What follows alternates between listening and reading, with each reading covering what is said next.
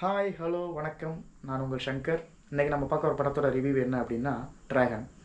பிரதீப் ரங்கநாதன் நடித்து அஸ்வந்த் மாரிமுத்து அவர் டைரக்ஷன் பண்ணி லியோன் ஜேம்ஸ் அவர் வந்து மியூசிக் பண்ணியிருக்கிற படம் தான் இந்த படம். இதில் வந்து Mysskin sir, Gautham Vasudev Menon, KS Ravikumar sir, இந்த மாதிரி அவங்கெல்லாம் அவங்க ஒரு ஸ்டைலில் அவங்களோட நடிப்பை பயங்கரமாக பண்ணியிருக்காங்க. அடுத்து சார்ஜி மரியன் சார் இருக்கார் இல்லைங்களா, நமக்கெல்லாம் அவர் பேரை சொன்னாலே கைதிங்கிற படம் தான் ஞாபகம் வரும். அந்த மாதிரி ஒரு பேர் வாங்கினவர் அவர். அவரோட தனித்திறமையான ஒரு நடிப்பை அவர் செம்மையாக காட்டியிருக்காரு. அந்த மாதிரி ஒவ்வொருத்தரோட நடிப்பையும் அட்டகாசமாக காட்டியிருக்காங்க. ஹீரோயின்ஸ்னு பார்த்தா ஒரு 3 பேர் நடிச்சிருக்காங்க. அனுபமா, அப்புறம் வந்து கயடலோகன்.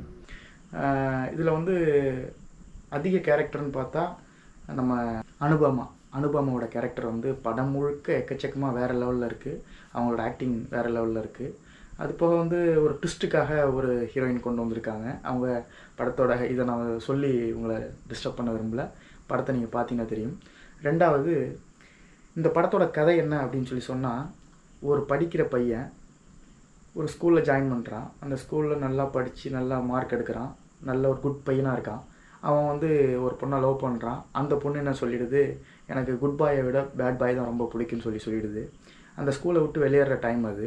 அதனால் காலேஜில் போய் என்ன செய்கிறான், இங்கே 96% எடுத்த பையன் வந்து காலேஜில் போயிட்டு ஒரு பிஇ ஐடியில் ஜாயின் பண்ணி ஒரு 48 அரியர் வைக்கிற அளவுக்கு காலேஜோட ஒரு பெரிய டான் மாதிரி ஃபார்ம் ஆகிடுறாரு. ஒரு கெத்தாக மெயின்டைன் பண்ணுறாரு. 48 அரியர் வச்சுட்டு அங்கே இருக்கிற பிரின்சிபல்கிட்டே ஒரு பிரச்சனையை கிளப்பி விட்டுட்டு பிரச்சனையை பண்ணிவிட்டு வெளியேறாரு அந்த காலேஜை விட்டு. வெளியில் வந்து அவரோட வாழ்க்கையை வாழ்ந்தாரா, இந்த அளவுக்கு பண்ணிவிட்டு அராஜகம் பண்ணிவிட்டு அங்கே போய் என்னெல்லாம் கோல்மால் பண்ணுறாரு, அந்த கோல்மால்லேருந்து எப்படி விடுபடுறாரு அப்படிங்கிறது தான் கதை.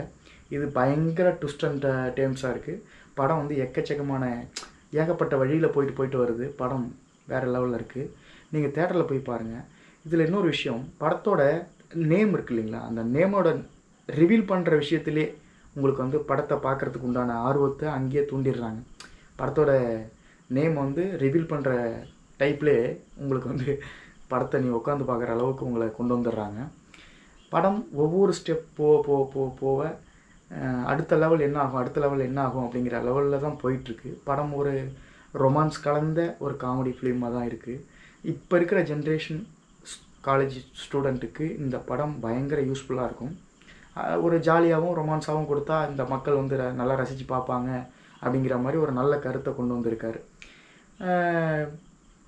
நம்ம தெரியாமல் செய்கிற தப்பு, நமக்காக நம்ம செல்ஃபிஷுக்காக நம்ம செய்கிற ஒரு தப்பு மற்றவங்களை எப்படி போய் பாதிக்குதுங்கிறத ஒரே ஒரு ஷார்ட் ஒரு லைனில் லாஸ்ட் ஒரு 5 மினிட்ஸில் எல்லாத்தையும் சொல்லியிருக்காரு.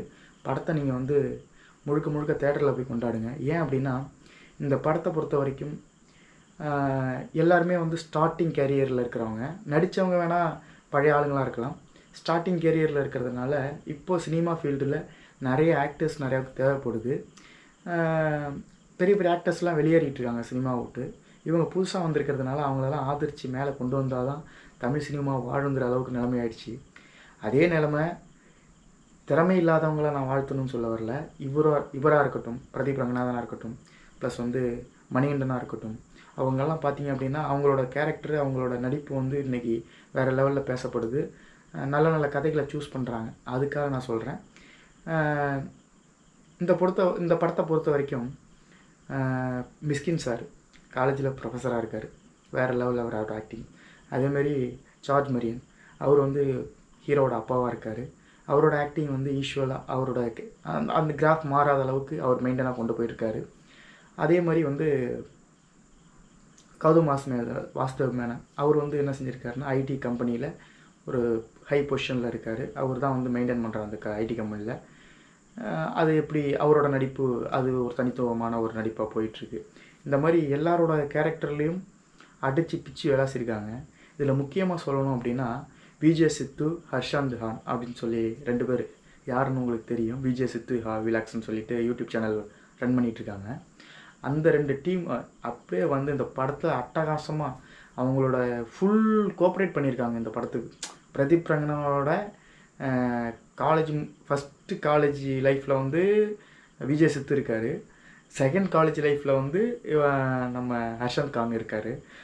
2 பேருமே ஈக்குவலாக அடித்து துவம்சம் பண்ணியிருக்காங்க.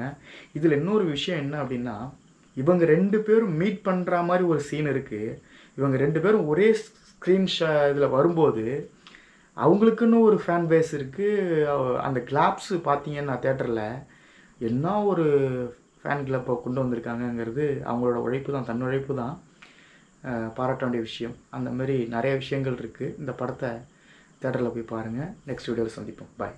ஏன்னா என்னை பொறுத்த வரைக்கும் அதுக்கு ஒரு ரேட்டிங் போடுங்கன்னு சொல்லி சொன்னால் 8.9 கொடுப்பேன். 8.9 9க்குள்ளே கொடுக்கலாம். அந்தளவுக்கு படம் நல்லாயிருக்கு.